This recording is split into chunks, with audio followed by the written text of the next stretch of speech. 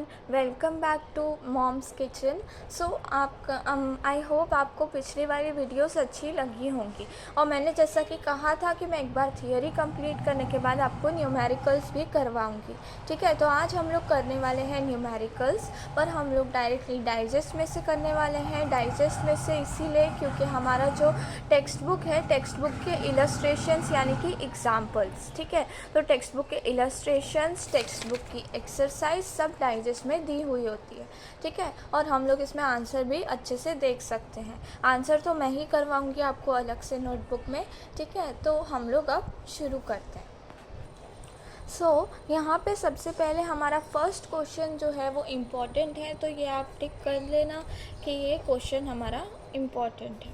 ठीक है, तो यहाँ पे ये क्वेश्चन में हमें बताया है each side of a cube is measured to be 7.203 metre. तो क्यूब की चारों साइड्स इक्वली होती हैं। ठीक है, तो उसकी सारी चारों साइड्स का जो मेजरमेंट है वो है 7.203 मीटर, और उसका जो टोटल सरफेस एरिया और वॉल्यूम है वो हमें फाइंड करना है, और वो भी एप्रोप्रिएट सिग्निफिकेंट फिगर्स में। ठीक है, सिग्निफिकेंट फिगर्स हमने पढ़ ही लिए हैं। सिग्निफिकेंट फिगर्स में हमने क्या पढ़ा था कि फर्स्ट जब हमने ज़ीरो अगर बीच में आए तो वो काउंट होता है, अगर राइट साइड आए तो वो काउंट नहीं होता, डेसिमल में आए तो वो काउंट नहीं होता, अगर डेसिमल के पीछे आए तो काउंट होता है। ठीक है, और अगर ज़ीरो हो ही ना तो काउंट होता है।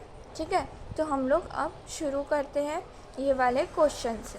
ठीक है, तो यहाँ पे जो हमारी क्यूब का हमें टोटल सरफेस एरिया फाइंड करना है। ठीक है, तो हमारी लेंथ क्या है 7.203 मीटर। सो हमारा टोटल सरफेस एरिया का जो फॉर्मूला होता है वो होता है 6L स्क्वायर। ठीक है, अब 6L स्क्वायर को लगा के हम देखेंगे तो हमारा आंसर क्या आएगा। हमको L की जगह पे 7.203 रखना है और उसका स्क्वायर करना है। ठीक है, तो हम लोग कैल्सी का यूज़ कर सकते हैं। आपको पता ही होगा कि 11th-12th में हम लोग कैल्सी का यूज़ कर सकते हैं। तो हम लोग 7.203 का स्क्वायर करते हैं।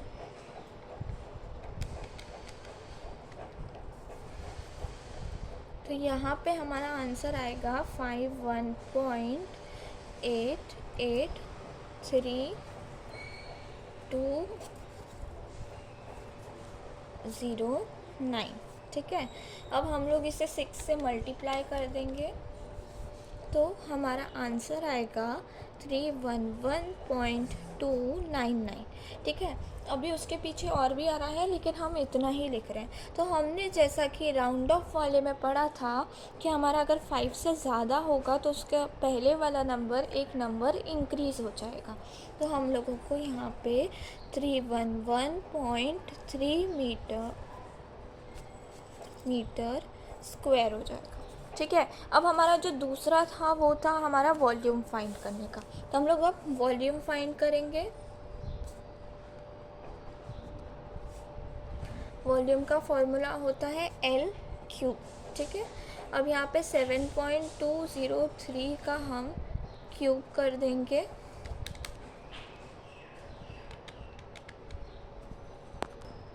अब आप यहाँ पे देख सकते हो कि 7.203 का क्यूब जो है वो 373.714 आ रहा है। अब ये जो 7 से पहले वाली वैल्यू है वो 5 से छोटी है। ठीक है, तो हम लोग इसे नहीं बढ़ा सकते, तो हमारा आंसर आएगा 373.7 मीटर क्यूब। ठीक है, अब हम लोग जाते हैं दूसरे क्वेश्चन की तरफ। अब हमें दूसरे क्वेश्चन में दिया है कि 5.74 जो है वो 74 ग्राम है, वो एक सब्सटेंस का मतलब मास है, और 1.2 सेंटीमीटर क्यूब जो है वो हमारे सब्सटेंस का वॉल्यूम है। ठीक है, अब हमें उसकी डेंसिटी फाइंड करनी है। तो हमारा डेंसिटी का फॉर्मूला होता है मास अपॉन वॉल्यूम।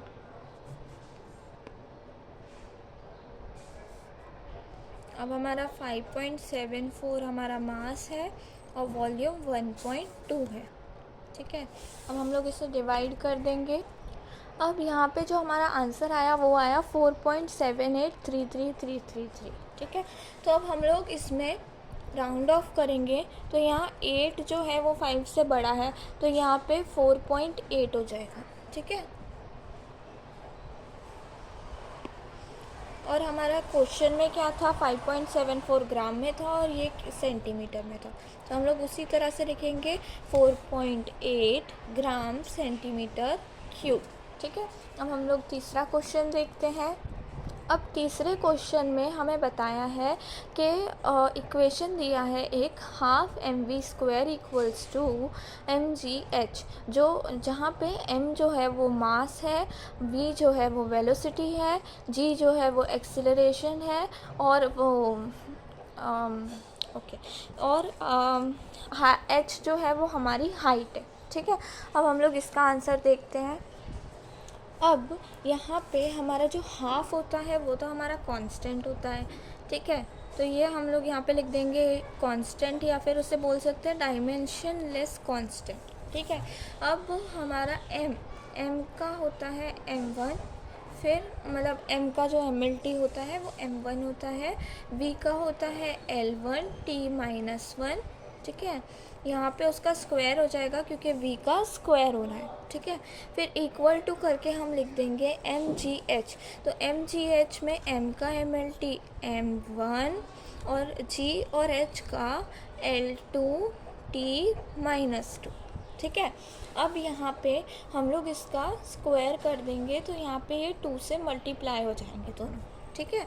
तो यहाँ पे हो जाएगा h में m का mlt m1 और g और h का l2 t-2, ठीक है। अब यहाँ पे हम लोग इसका स्क्वायर कर देंगे तो यहाँ पे ये 2 से मल्टीप्लाई हो जाएंगे दोनों, ठीक है। तो यहाँ पे हो जाएगा m1, यहाँ पे l2 और यहाँ पे t-2 और इक्वल टू करके m1 l2 t-2, ठीक है। तो ये दोनों इक्वल हो गए तो हम लोग ऐसा लिख सकते हैं LHS = RHS, ठीक है। तो हमारा ये आंसर फाइंड हो गया। ओके, सो नेक्स्ट क्वेश्चन पे जाने से पहले मैं आपको बता दूं कि ये जो हमारा हमारा फर्स्ट नंबर का क्वेश्चन मैंने बोल ही दिया था, ये इम्पॉर्टेंट है, सेकंड वाला भी इम्पॉर्टेंट है, और हमारा जो थर्ड वाला क्वेश्चन है यानी कि ये वाला, ये भी इम्पॉर्टेंट है, ठीक है। और ये जो हमारा फोर्थ क्वेश्चन है जो अभी हम लोग करने वाले हैं, ये भी इम्पॉर्टेंट है। ओके, सो हमारा जो क्वेश्चन है उसमें हमें ये वैल्यूज़ दी हैं, ठीक है। तो k = हमें ऐसा फाइंड करना है, ठीक है। तो यहाँ पे k = और m का mlt फॉर्म क्या होता है, m1 का स्क्वायर हो जाएगा, ठीक है। यहाँ पे स्क्वायर है इसीलिए। यहाँ पे v का क्या होता है, l1 t-1 और इसका क्यूब हो जाएगा, ठीक है। अब यहाँ पे m2 हो जाएगा और l3 t-3 हो जाएगा, ठीक है। तो ये आ गया हमारा mlt फर्स्ट वाले का। अब ये जो हमारा सेकंड वाला है उसका फाइंड करते हैं। तो सबसे पहले इसमें जो हाफ है वो तो हमारा कांस्टेंट है, ठीक है। और फिर उसके बाद हमारा mv² होगा, ठीक है। तो यहाँ पे m का होता है m1 और l का होता है मतलब v का होता है l1 t-1 और इसका स्क्वायर हो जाएगा। तो यहाँ पे आ जाएगा m1 l2 t-2। अब हम लोग मतलब सी वाला क्वेश्चन देखते हैं, यानी कि थर्ड वाला। ओके, सो हमारे सी और डी में जो हमारा क्वेश्चन दिया है उसके हिसाब से होगा, m का जो होता है वो होता है m1 mlt, ठीक है। और a का जो होता है mlt वो होता है l1 t-2, ठीक है। तो इसका आंसर यही आएगा, m1 l1 t-2, ठीक है। अब हम लोग डी वाले क्वेश्चन को करते हैं। तो यहाँ पे जो 3/16 है, अब वो जो है वो हमारा कांस्टेंट है फिर से, ठीक है। अब यहाँ पे mv² है, तो हमने जो ऊपर b वाले में किया था इसका आंसर भी वही आएगा। m का mlt होता है m1, v का mlt होता है l1 t माइनस 1 का स्क्वायर, ठीक है। अब इसमें क्या हो जाएगा k equals to m1 l2 t minus 2। तो यहाँ पे हमारे v वाले क्वेश्चन मतलब e वाले क्वेश्चन में हमें दिया है हाफ mv² प्लस ma, ठीक है। तो इसमें हाफ जो है वो है हमारा कांस्टेंट और k की वैल्यू जो हमें मिली है हाफ को हटाने के बाद वो है mv² प्लस ma, ठीक है। तो यहाँ पे हम इसके mlt फॉर्म्स को लगाएंगे। तो m का होता है m1, v का होता है l1 t माइनस 1 और यहाँ पे प्लस हो जाएगा, ये स्क्वायर होगा इसका और प्लस हो जाएगा m1 l1 t माइनस 2 से, ठीक है। अब यहाँ पे जो हमारा आंसर आएगा वो आएगा m1 l2 t माइनस 2, ठीक है। और यहाँ पे ma का आंसर आएगा दूसरे का m1 l1 t माइनस 2। तो ये आ गए हमारे आंसर। अब जो हमारा नेक्स्ट क्वेश्चन है उसमें हमें दिया है कि यहाँ पे एक कंसिडर करना है एक पेंडुलम को, मतलब कंसिडर करना है एक सिंपल पेंडुलम को जिसमें एक बॉब है, अटैच्ड है वो बॉब स्ट्रिंग के साथ, that oxalates under the action of the force of gravity, ठीक है। तो वो एक्शन कर रहा है फोर्स के हिसाब से जो ग्रेविटी के अंदर है, ठीक है। Suppose that the period of oscillation of the simple pendulum depend on its length, ठीक है। उस पेंडुलम का जो मतलब वो हिल रहा है वो उसकी लेंथ के ऊपर डिपेंड करता है, उसकी मास के ऊपर, उसके एक्सेलरेशन के ऊपर। एक्सेलरेशन को इधर ग्रेविटी लिया गया है और हमें इसके एक्सप्रेशन डिराइव करने हैं और उस मतलब उसके पीरियड ऑफ टाइम को यूज़ करके, उसके मेथड को यूज़ करके। सो यहाँ पे सबसे पहले हमारा टाइम को कंसिडर करना है और टाइम जो है वो प्रोपोर्शनल होगा LA/GB और MC से, ठीक है। अब यहाँ पे हम लोग प्रोपोर्शनैलिटी को हटाएंगे तो T इक्वल्स टू KLA/GB और MC हो जाएगा, ठीक है। अब हमें L का वो MLT फॉर्म लेना है तो हम लोग इसमें क्या लेंगे कि L1 होगा मतलब L लेंथ का MLT फॉर्म और यहाँ पे A हो जाएगा, ठीक है। फिर एक्सेलरेशन का MLT फॉर्म, क्योंकि ग्रेविटी को हमने एक्सेलरेशन ही लिया है ना, तो यहाँ पे L1 t माइनस 2 हो जाएगा और यहाँ पे ये b से मल्टीप्लाई होगा और m का MLT फॉर्म होता है m1 और ये c से मल्टीप्लाई हो जाएगा, ठीक है। अब यहाँ पे हम इसको मल्टीप्लाई करेंगे तो यहाँ पे m की वैल्यू तो c ही हो जाएगी डायरेक्टली, यहाँ पे l की वैल्यू हो जाएगी a प्लस b, क्योंकि ये b इससे मल्टीप्लाई होगा और ये a इससे मल्टीप्लाई होगा, ठीक है। और यहाँ पे t की वैल्यू हो जाएगी -2b, ठीक है। अब यहाँ पे हम इसको फाइंड करेंगे तो c की वैल्यू तो हमें कुछ मिल ही नहीं सकती, तो c की वैल्यू हो जाएगी डायरेक्टली 0, ठीक है। और यहाँ पे a और b, a प्लस b दे रखा है हमें, तो इसमें हमें सबसे पहले किसी एक की वैल्यू फाइंड करनी होगी, तो हम लोग b की वैल्यू फाइंड करेंगे -2b। अब इक्वल टू के बाजू में कुछ नहीं है तो हम लोग उसकी जगह पे 1 ले सकते हैं, ठीक है। तो यहाँ पे हमने 1 ले लिया, b इक्वल टू ये 2 को यहाँ पे भेजेंगे तो यहाँ पे 2 जाएगा तो ये माइनस हो जाएगा, ठीक है। अब हम लोग यहाँ पे हमारी b की वैल्यू भी मिल गई। अब हम लोग a प्लस b जो दे रखा है हमें, उसकी जगह पे हम b की जगह पे -½ लिख देंगे, ठीक है। अब ये ½ इक्वल टू के उधर जाएगा तो क्या हो जाएगा a इक्वल्स टू हाफ। ठीक है, तो ए मतलब ए की वैल्यू प्लस हाफ हो जाएगी और बी की वैल्यू माइनस हाफ। ठीक है, अब हम लोग आगे का फाइंड करेंगे इसमें। अब हमें दिया क्या था कि हम लोग T equals to K L A G B M C दे रखा है। ठीक है, अब हम लोग इसमें क्या करेंगे कि के तो ऐसा का ऐसा ही रहेगा। अब L की जगह पे हम हाफ लिख देंगे, G की जगह पे हम माइनस हाफ लिख देंगे और M की जगह पे ज़ीरो लिख देंगे। अब M का ज़ीरो है तो M तो हट ही जाएगा। अब इसमें हम लोग क्या करेंगे कि M तो हट जाएगा,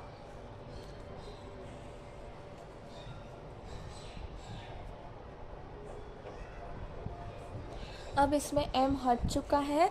अब हम लोग ये हाफ की वैल्यू को हटाएंगे तो क्या होगा, t इक्वल्स टू के। अब हम लोग हाफ को a की में कंसिडर कर देंगे तो यहाँ पे l अपॉन जी हाफ हो जाएगा। ठीक है, अब हम लोग क्या करेंगे कि ये हाफ को हटाएंगे तो हाफ को हटाने के बाद यहाँ पे क्या हो जाएगा, रूट आ जाएगा।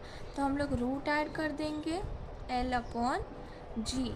ठीक है, अब यहाँ पे क्या होगा कि k को हटाएंगे तो k को हटा के हम लोग k की जगह पे 2 पाई कंसिडर कर सकते हैं, क्योंकि k भी एक कांस्टेंट है, 2 पाई भी एक कांस्टेंट है, तो हम लोग यहाँ पे ये लिख सकते हैं। ठीक है, और l अपॉन जी रूट में ऐसा का ऐसा ही रहेगा, तो हमारा आंसर ये आ गया। ठीक है, ओके, सो अब हमारे इलस्ट्रेशन सारे ख़त्म हो चुके हैं।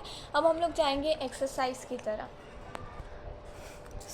इधर मैं आपको सबसे पहले बता देती हूँ, ये इलस्ट्रेशन ही है, पर मैं आपको बता देती हूँ कौन से इम्पोर्टेंट है। एक तो मैंने ये बताया था, फिर एक ये है, और ये 3rd नंबर वाला भी है हमारा इम्पोर्टेंट, और फिर ये 4th नंबर वाला भी है।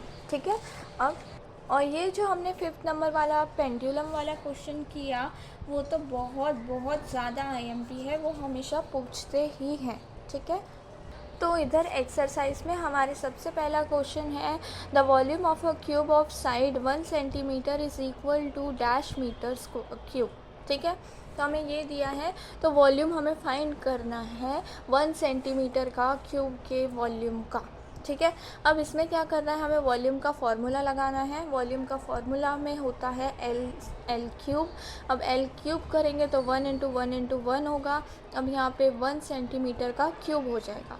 फिर उसके बाद यहाँ पे हमारे पास ये दिया है, अब इन्होंने हमें यहाँ पे लिख के बताया है कि 1 सेंटीमीटर जो है वो इक्वल है 10⁻² का, 10⁻² मीटर का। ठीक है, अब इसमें 10⁻² मीटर रखेंगे और उसका क्यूब कर देंगे। ठीक है, क्योंकि यहाँ पे हमें ये जो 1 सेंटीमीटर को हमने मल्टीप्लाई किया, उसका आंसर आया हमारा 1 सेंटीमीटर क्यूब। ठीक है, अब क्यूब को हम लोग साइड में रखेंगे और 1 सेंटीमीटर का होता है 10⁻² मीटर। ठीक है, तो हम लोग यहाँ पे 10⁻² मीटर रख देंगे और उसका क्यूब करेंगे तो 3 2 6 हो जाएगा, तो 10⁻6 मीटर क्यूब। ठीक है, अब सेकेंड क्वेश्चन जो है मतलब बी वाला, उसे हम कहते हैं the surface area of a solid cylinder of radius 2.0 centimetre and height 10.0 centimetre is equal to dash mm²। ठीक है, सो इसमें हमें उन्होंने बताया कि रेडियस जो है एक सॉलिड सिलेंडर का, तो उसका जो रेडियस है वो है 2.0 सेंटीमीटर, उसकी हाइट है 10.0 सेंटीमीटर। ठीक है, और वो इक्वल है डैश mm² के। ठीक है, तो वो हमें फाइंड करना है। ठीक है, तो यहाँ पे रेडियस हमें दे दिया है 2 सेंटीमीटर, क्योंकि ये 2 के पीछे 0 लगा है पॉइंट करके, तो हम लोग उससे 2.0 लिखा है सेंटीमीटर, तो हम लोग उससे 10 से मल्टीप्लाई कर देंगे तो वही हो जाएगा, तो 10 मतलब 2 इंटू 10 mm हो जाएगा। ठीक है, वैसे ही यहाँ पे 10 सेंटीमीटर हाइट है तो उसे हम लोग 10 से मल्टीप्लाई कर देंगे। ठीक है, फिर उसके बाद इसमें क्या होगा, टोटल सरफेस एरिया फाइंड करना होगा हमें सिलेंडर का। तो हमारे पास जो एरिया है, एरिया का 2πr r प्लस एच। अब हम लोग इसमें एरिया का फॉर्मूला यही होता है, तो एरिया के फॉर्मूला में हम लोग सब कुछ वैल्यूज़ ऐड करेंगे। ठीक है, तो पाई की वैल्यू होती है 3.14, ये 2 है ऑलरेडी। आर की वैल्यू हमने फाइंड की है 2 × 10, और यहाँ पे आर प्लस एच को हमें ऐड करना है, तो इसमें आएगा 2 × 10 प्लस 10 × 10। ठीक है, अब हम लोग इन सब को मल्टीप्लाई और ऐड करेंगे तो हमारा आंसर ये आएगा 15072 mm²। ठीक है, अब उसे अगर हम लोग एक शॉर्ट लैंग्वेज में लिखना चाहें और उसे मतलब ऐसे राउंड ऑफ या सिग्निफिकेंट फिगर्स में लिखना चाहें तो उसका आंसर आएगा 1.5 × 10⁴ mm²। ठीक है, अब जो हमारा थर्ड वाला क्वेश्चन है उसमें हमें दिया है a vehicle moving with a speed of 18 km/h covers dash metre in 1 second. ठीक है, मतलब एक व्हीकल मूव कर रहा है 18 km/h की स्पीड से और वो कवर कर रहा है डैश डिस्टेंस 1 सेकेंड में। ठीक है, तो हम लोग इसे स्पीड का फॉर्मूला अप्लाई करके फाइंड करेंगे। तो स्पीड के फॉर्मूला के हिसाब से हम लोग v = 18 km/h हुआ। ठीक है, तो किलोमीटर में हम लोग डालेंगे 1000 और आवर में डालेंगे 36,100। ठीक है, अब यहाँ पे क्या होगा कि हम लोग इन सब को मल्टीप्लाई करेंगे और डिवाइड करेंगे, तो हमारा आंसर कुछ इतना आएगा। हम लोग देख लेते हैं, 18 × 1000 डिवाइडेड बाय 3600, 18 × 1000 डिवाइडेड बाय 3600। ठीक है, तो इसका आंसर आया हमारे पास 5, तो इसका आंसर आएगा 5 मीटर/सेकेंड। ठीक है, क्योंकि हम लोग इनका ऐसा यूनिट निकालेंगे तो किलोमीटर का मीटर होगा, आवर का सेकंड होगा। ठीक है, तो उसका आंसर आएगा 5 मीटर/सेकेंड। ठीक है, अब हमें डिस्टेंस फाइंड करना है कि वो कितना डिस्टेंस कवर कर रहा है। ठीक है, क्योंकि उन्होंने हमें क्वेश्चन में यही फाइंड करने को बोला है कि कितना डिस्टेंस कवर कर रहा है वो। ठीक है, तो डिस्टेंस हमें फाइंड करना है, तो डिस्टेंस के लिए आएगा x = vt। ठीक है, ये फार्मूला अप्लाई करेंगे। ये फार्मूला आपको याद करना पड़ेगा क्योंकि ये फार्मूला कहीं भी दिया हुआ नहीं है, बस इसी क्वेश्चन में है, तो ये आपको याद करना पड़ेगा। ठीक है, अब इसमें क्या होगा, x = और t की वैल्यू हमें दी है 1 सेकेंड यानी कि टाइम, और हमने वेलोसिटी फाइंड कर ली है 5। अब हम इन दोनों को मल्टीप्लाई करेंगे तो 5 × 1 होगा 5 ही होगा, तो 5 मीटर आ गया हमारा आंसर। अब हम लोग देखेंगे 4th नंबर वाला क्वेश्चन यानी कि डी वाला, ये वाला। इसमें हमें पूछा है the relative density of lead is 11.3, its density is dash gram centimetre cube और डैश kg/m³। ठीक है, इसमें रिलेटिव डेंसिटी लीड की हमें फार्मूला फार्मूला के हिसाब से फाइंड करना है। तो इसमें हमें डेंसिटी डालनी पड़ेगी लीड की और डेंसिटी ऑफ वाटर डालनी पड़ेगी। ठीक है, अब यहाँ पे डेंसिटी तो हमें दे रखी है लीड की जो कि है 11.3, तो हम लोग 11.3 को वाटर की डेंसिटी के साथ डिवाइड करेंगे। अब हम लोगों के पास डेंसिटी ऑफ वाटर हमें नहीं पता है, तो हम लोग क्या करेंगे, इन दोनों को डायरेक्ट मल्टीप्लाई कर देंगे। रिलेटिव डेंसिटी ऑफ लीड को और डेंसिटी ऑफ लीड को डायरेक्टली हम लोग मल्टीप्लाई कर देंगे। तो यहाँ पे 11.3 जो है वो हमारी डेंसिटी ऑफ लीड है और हमें उसे रिलेटिव डेंसिटी ऑफ लीड के साथ मल्टीप्लाई करना है। ठीक है, तो हम लोग इसे मल्टीप्लाई कर देंगे 1 के साथ। ठीक है, अब यहाँ पे क्या आएगा, 11.3 ग्राम सेंटीमीटर -3। ठीक है, अब यहाँ पे ये हमारा आंसर आया। तो फिर उसके बाद हम लोग 10⁻³ को डिवाइड कर देंगे 10⁻⁶ के साथ, क्योंकि केजी और मीटर के हिसाब से। ठीक है, अब इसमें क्योंकि यहाँ पे हमारे पास ग्राम दिया है और सेंटीमीटर -3 दिया है, अब इसमें ग्राम का जो हम लोग लेंगे वो केजी के हिसाब से लेंगे, तो केजी में 10⁻³ ही आता है, यानी कि 1000 आता है। और मीटर में हमारे पास आता है मीटर क्यूब में 10⁻⁶। ठीक है, अब हम लोग उन दोनों को डिवाइड कर देंगे तो हमारे पास आंसर 3 ही आएगा, पर उसमें से माइनस कट हो जाएगा। अब हमारा जो आंसर आएगा 10⁻³ आएगा, तो हम लोग हमारा आंसर आएगा 11.3 × 10⁻³। अब इसमें ये एक 1 जो है उसे हम लोग पॉइंट के उस तरफ डालेंगे तो 10⁻⁴ हो जाएगा, तो 1.13 10⁻⁴ kg मीटर -3। ठीक है, अब हम लोग जाएंगे सेकेंड क्वेश्चन की तरफ। सेकेंड क्वेश्चन में फिल इन द ब्लैंक्स दे रखे हैं, जिसमें 1 kg मीटर स्क्वायर सेकेंड -2। ठीक है, और इक्वल टू करके dash gram centimetre square second -2। ठीक है, ये दे रखा है हमें, तो हम लोग पहले ए का फाइंड करेंगे। ए में हमें ये दिया है। ठीक है, अब इसको यहाँ पे 1 kg मीटर स्क्वायर सेकेंड -2 दिया है। ठीक है, तो इसमें आएगा 10⁻³ 10⁻² सेकेंड स्क्वायर। अब इसका रीज़न क्या होगा कि ऐसा क्यों आएगा? अब ये इसलिए आएगा क्योंकि यहाँ पे केजी है। अब केजी को ग्राम में कन्वर्ट करेंगे तो 10⁻³ यानी कि 1000 आएगा। मीटर को सेंटीमीटर में कन्वर्ट करेंगे तो 10⁻² यानी कि 100 आएगा। और सेकंड को हम लोग सेकंड से और किसी में कन्वर्ट नहीं कर सकते, क्योंकि सेकंड ही लास्ट यूनिट होता है टाइम का। ठीक है, तो उसमें हम लोग कुछ नहीं कर सकते, तो सेकेंड ऐसा का ऐसा ही आ जाएगा। अब हमारे पास ये आंसर आया, तो 10⁻³ × 10⁻²। अब ये 2 यहाँ पे 2 बार है और यहाँ पे मीटर में 2 मल्टीप्लाई हो रहा है, तो ये दोनों 2 मल्टीप्लाई हो जाएंगे तो 10⁻⁴ हो जाएगा। और यहाँ पे सेकेंड -2 वैसा का वैसा ही रहेगा। अब हम लोग 4 और 3 को ऐड कर देंगे, तो जैसा कि हमने एडिशन और सब्ट्रैक्शन के रूल में पढ़ा था पहले थियोरी वाले पार्ट में, सो उसमें हमें बताया था कि जब मल्टीप्लाई हो रहे हों तो इन दोनों को ऐड कर देने का ऊपर की पावर्स को।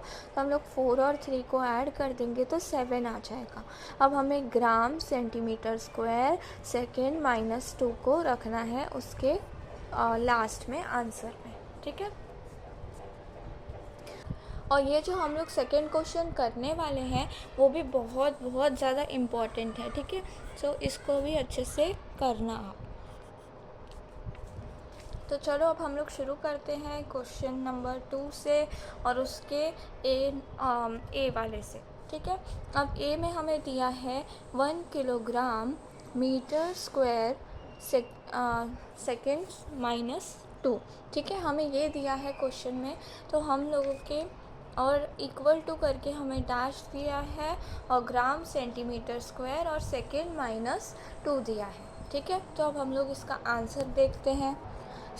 इसमें सबसे पहले हमें इन यूनिट्स को दूसरे यूनिट्स में कन्वर्ट करना होगा। तो केजी को हम लोग कन्वर्ट करेंगे ग्राम में, मीटर को हम लोग कन्वर्ट करेंगे सेंटीमीटर में, और सेकेंड को हम लोग कन्वर्ट नहीं कर सकते दूसरे कोई यूनिट में, क्योंकि अगर हम लोग सेकेंड को आवर में कन्वर्ट करेंगे तो उसमें 1/3600 आ जाएगा। ठीक है, सो हम लोग वैसा नहीं कर सकते, हमको उन्हें उनके ही दूसरे यूनिट में कन्वर्ट करना होगा, तो सेकेंड का नहीं कर सकते। अब यहाँ पे किलोग्राम को हम लोग ग्राम में कन्वर्ट करेंगे तो 10⁻³ आ जाएगा, क्योंकि किलोग्राम को ग्राम में कन्वर्ट करते हैं तो मतलब उसका जो यूनिट हो जाता है वो अलग हो जाता है और वो 10,000 हो जाता है, मतलब 1000 हो जाता है, सॉरी 10,000 नहीं 1000 हो जाता है। ठीक है, तो यहाँ पे 1000 लिखने की जगह पे उन्होंने 10⁻³ लिखा है, तो मतलब वो एक ही हुआ। ठीक है, अब यहाँ पे हम लोग मीटर को सेंटीमीटर में कन्वर्ट करेंगे तो उसका 100 हो जाएगा। 100 को हम लोग 10⁻² भी लिख सकते हैं, और सेकेंड तो वैसा का वैसा ही रहेगा। अब मीटर के ऊपर एक पावर है स्क्वायर, तो हम लोग ये 2 का स्क्वायर कर देंगे तो 4 हो जाएगा। ठीक है, 2 2 ज़ा 4, तो यहाँ पे 3 को 4 के साथ ऐड कर देंगे। हमने सब्ट्रैक्शन और एडिशन के रूल्स में पढ़ा था, और मल्टीप्लिकेशन के रूल में भी हमने ये पढ़ा था कि ऊपर की जो पावर होती है वो ऐड हो जाती है, और डिवीजन में क्या होता है, ऊपर की पावर सब्ट्रैक्ट हो जाती है। ठीक है, तो ये जो ऊपर की 3 और 4 पावर है ये दोनों ऐड हो जाएंगे तो 10⁻7 आ जाएगा। और बाकी हमको वैसे ही लिखना है ग्राम सेंटीमीटर स्क्वायर और सेकेंड का -2 आ जाएगा। ठीक है, अब हम लोग सेकेंड क्वेश्चन देख लेते हैं। सेकेंड क्वेश्चन में हमें दिया है 1 light year equals to 9.46 into 10⁻15 metre. अब ये 9.46 को हमें मतलब ऐसे हमें ये अच्छे से पता नहीं चलेगा तो हम लोग क्वेश्चन में ही देख लेते हैं directly. 1 metre equals to dash light year, यानी कि वो ऐसा पूछना चाह रहे हैं कि 1 मीटर में कितना लाइट ईयर होता है। तो टोटल लाइट ईयर होता है 9.46 इंटू 10⁻15।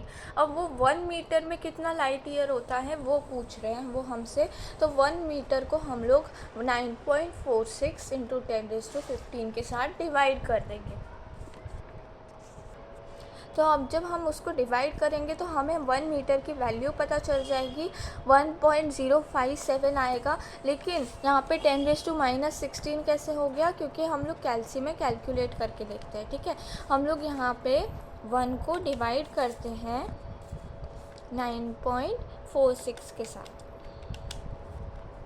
तो यहाँ पे 0.105 आएगा।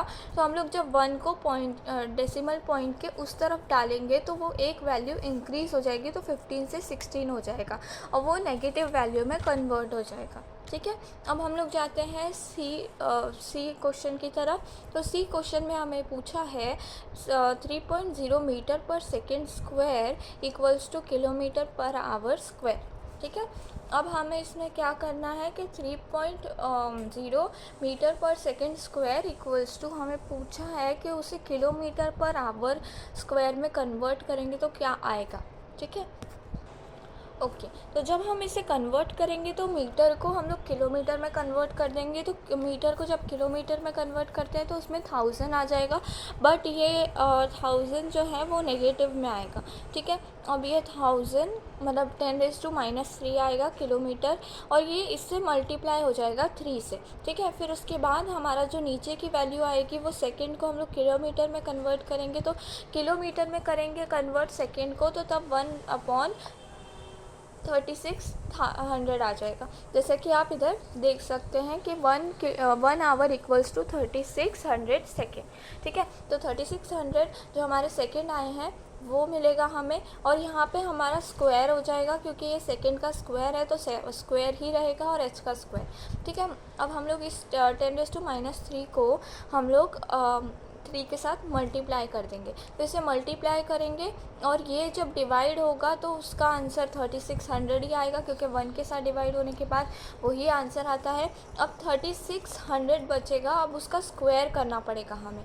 ठीक है, तो हम लोग यहाँ पे उसका स्क्वायर कर देंगे। तो स्क्वायर करने के बाद जो वैल्यू मिलेगी और इन सबको मल्टीप्लाई करने के बाद जो वैल्यू मिलेगी हमें वो मिलेगी 38880। ठीक है, अब ये हमें वैल्यू मिली इसकी। ठीक है, तो उसमें हमें क्या करना है कि हमें पॉइंट लगाना है उसमें। तो हम लोग पॉइंट लगाएंगे तो क्या होगा कि पॉइंट लगाने के लिए हमें पहले पीछे की डिजिट्स को काउंट करना पड़ता है। तो यहाँ पे टोटल 3 के पहले 4 डिजिट्स हैं, तो यहाँ पे 3.888 आ जाएगा, और 0 तो लगाओ ना लगाओ एक ही बात है। तो यहाँ पे 10⁻4 हो जाएगा, क्योंकि 3 के पीछे जो है वो 4 डिजिट है। अब जब यहाँ पे हमने 3.3 सबसे पहले 3 इंटू 10⁻³ आ रहा है, क्योंकि ये 10⁻³ 3 के साथ मल्टीप्लाई हो गया है।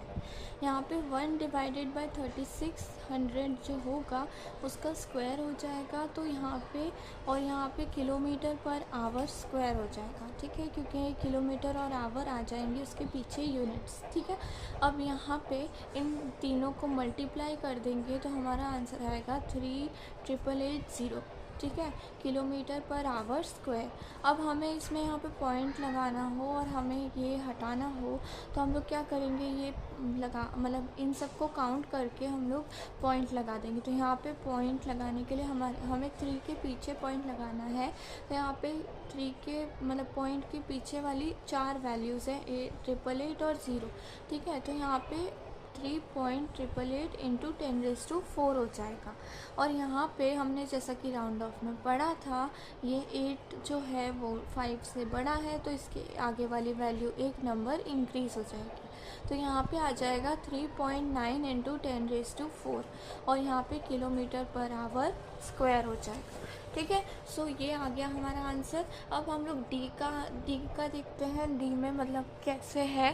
ठीक है, तो यहाँ पे डी में हमें दिया है g इक्वल्स टू 6.67 इंटू 10⁻11 और यहाँ पे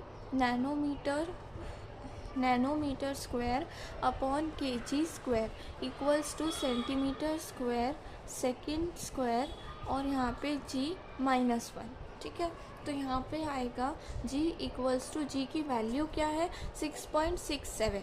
ठीक है, तो 6.67 को हमें मल्टीप्लाई करना है 10⁻11 के साथ और यहाँ पे nm जो दिया है nm का स्क्वायर।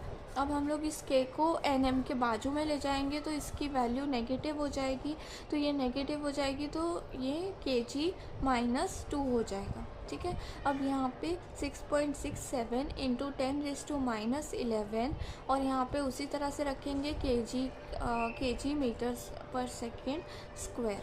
ठीक है, तो उस हिसाब से हम इसे रख देंगे। फिर उसके बाद मीटर का स्क्वायर और kg का स्क्वायर।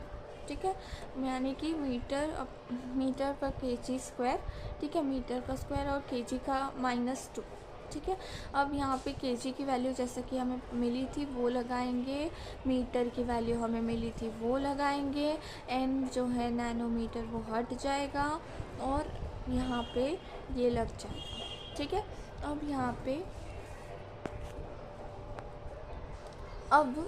पे नैनोमीटर क्यों हट जाएगा, क्योंकि नैनोमीटर की भी एक वैल्यू होती है, वो होती है 1 kg मीटर पर सेकेंड स्क्वायर। तो हम लोग n को हटा के ये वैल्यू लगा देंगे उसकी जगह पे, तो ये वैल्यू लग गई n की जगह पे। ठीक है, बाकी सब कुछ वैसा का वैसा ही रहेगा और फिर यहाँ पे 6.67 इंटू 10⁻10 आ जाएगा। ठीक है, अब यहाँ पे